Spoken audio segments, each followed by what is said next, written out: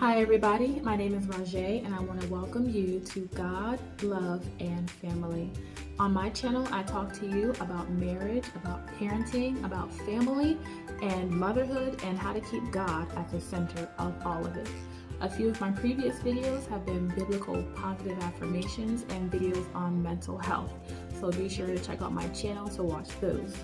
You can also look at my blog at godlovefam.com, where I go into a whole lot more detail about the things that I put here on my YouTube channel. Today, I want to talk to you about how to overcome depression. In particular, we're going to be talking about self-pity, because in my opinion, self-pity is sort of a gateway that leads to depression. So first, I want to define self-pity for you.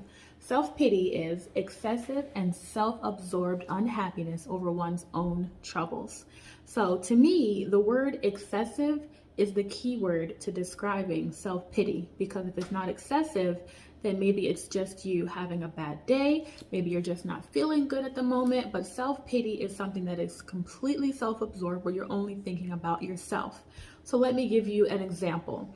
Let's say, for example, you had a bad day. You woke up, you were feeling fine, but things just weren't going your way. The kids were misbehaving, you were late to your appointments, you got stuck in traffic and you had to run a bunch of errands and it took you forever.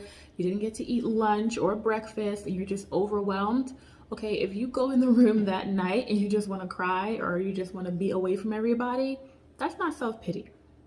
Okay, self-pity is excessive. So let's say another day comes and you go to the gas station, but they don't have your coffee, and now you're upset about that.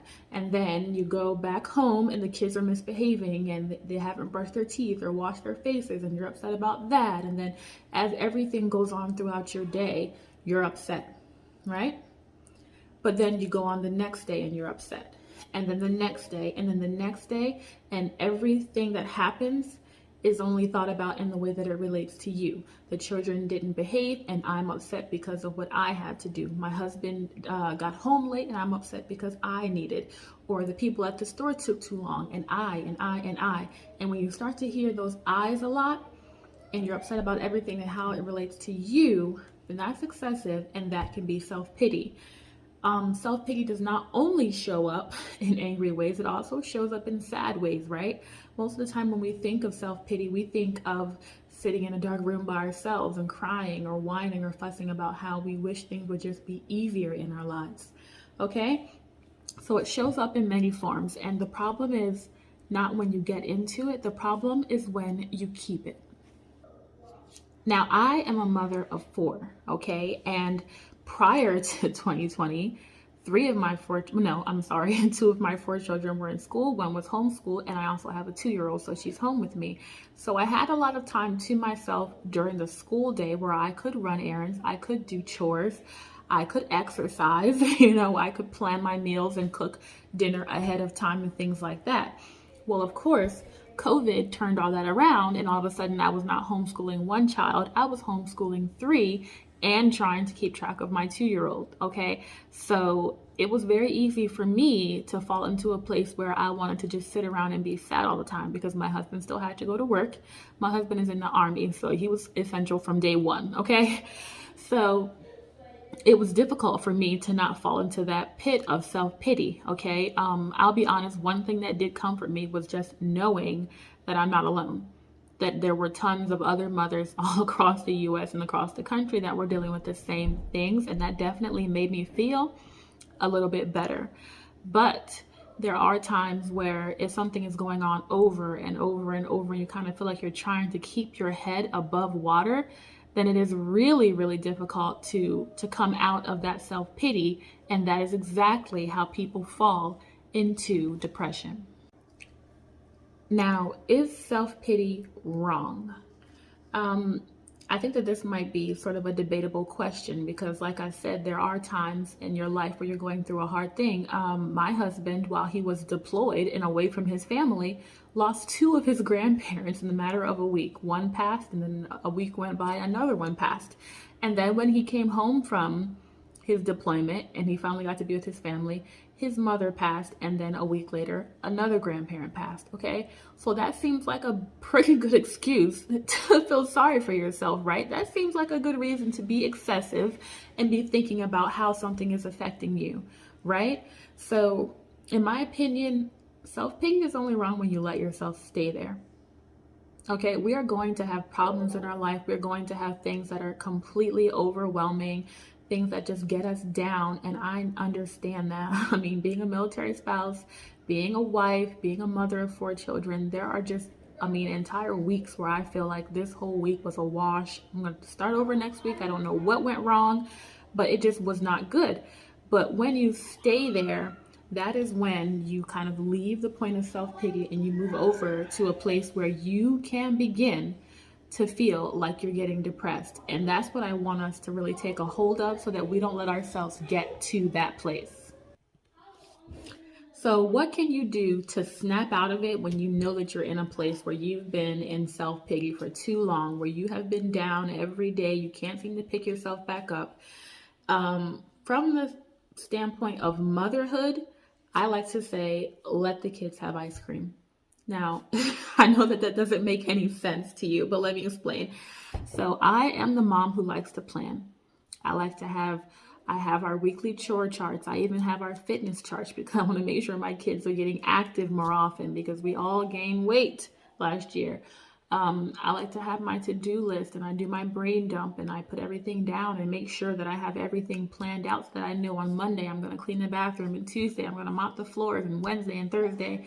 But there are times where I have to just let it all go and just be, okay? Because sometimes when I'm too frustrated, when I'm too overwhelmed, then me forcing the plan on myself and on my children, it just does not work. Okay, so when I say let the kids have ice cream, that's my way of saying just be spontaneous. Just let it go. Give them extra screen time so that you can relax. Make your husband fix his own lunch today. Let the kids have breakfast for dinner.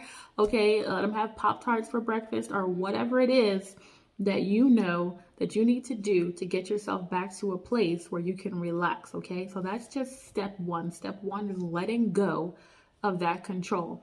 The next thing is do something you enjoy. So I have a favorite comedian. His name is Jim Gaffigan. You may have heard of him.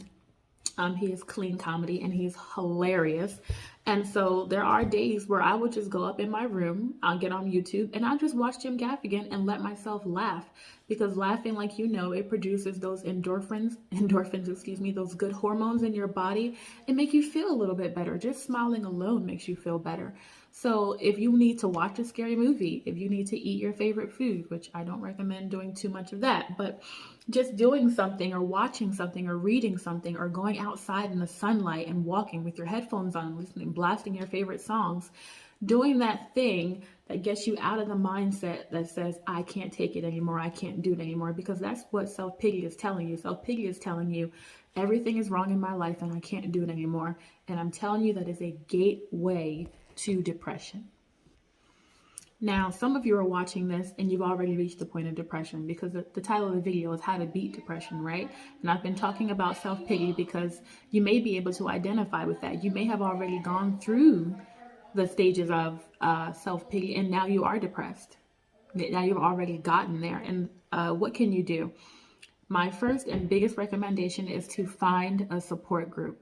I understand that now with COVID, things might be a lot different and there might not be a whole lot of options in person, but even on Facebook, I'm breastfeeding my 2-year-old and I found a group on Facebook specifically for parents who are breastfeeding their children beyond infancy.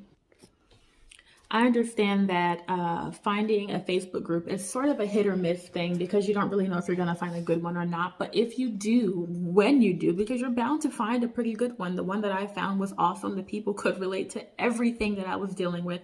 And I felt like I wasn't alone. So that is my first suggestion to you is find a group, whether it's online or in person, whether it's a church group, that meets maybe in church because churches are open most places. And find people that can relate to what you're dealing with as a mother, as a father, as a parent, as a wife. There are people that understand what you're going through because there is somebody else out there that's going through the exact same thing, believe it or not. Another option is to find a counselor.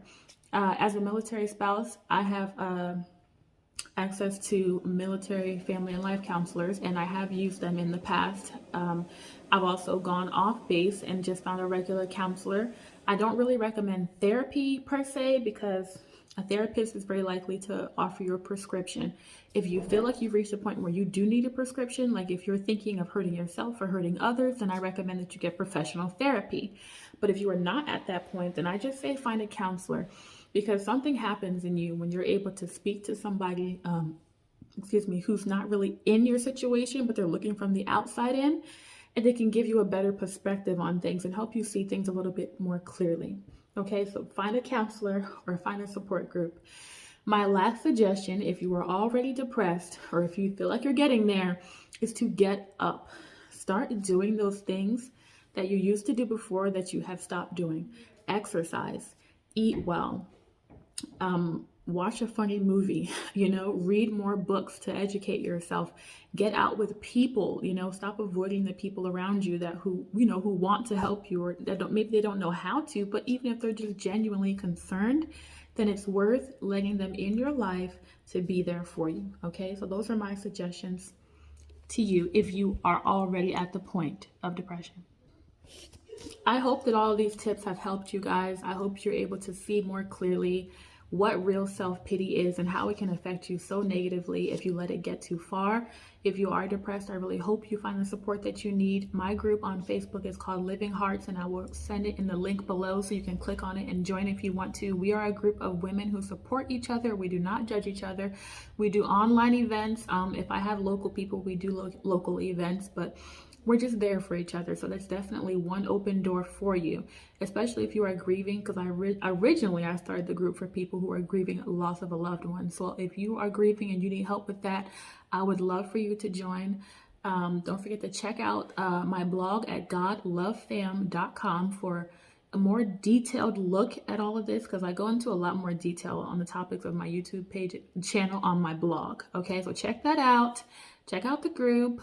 Like this, share it to somebody that you know who might be dealing with self-pity or depression and doesn't know how to deal with it. And I will talk to you guys soon.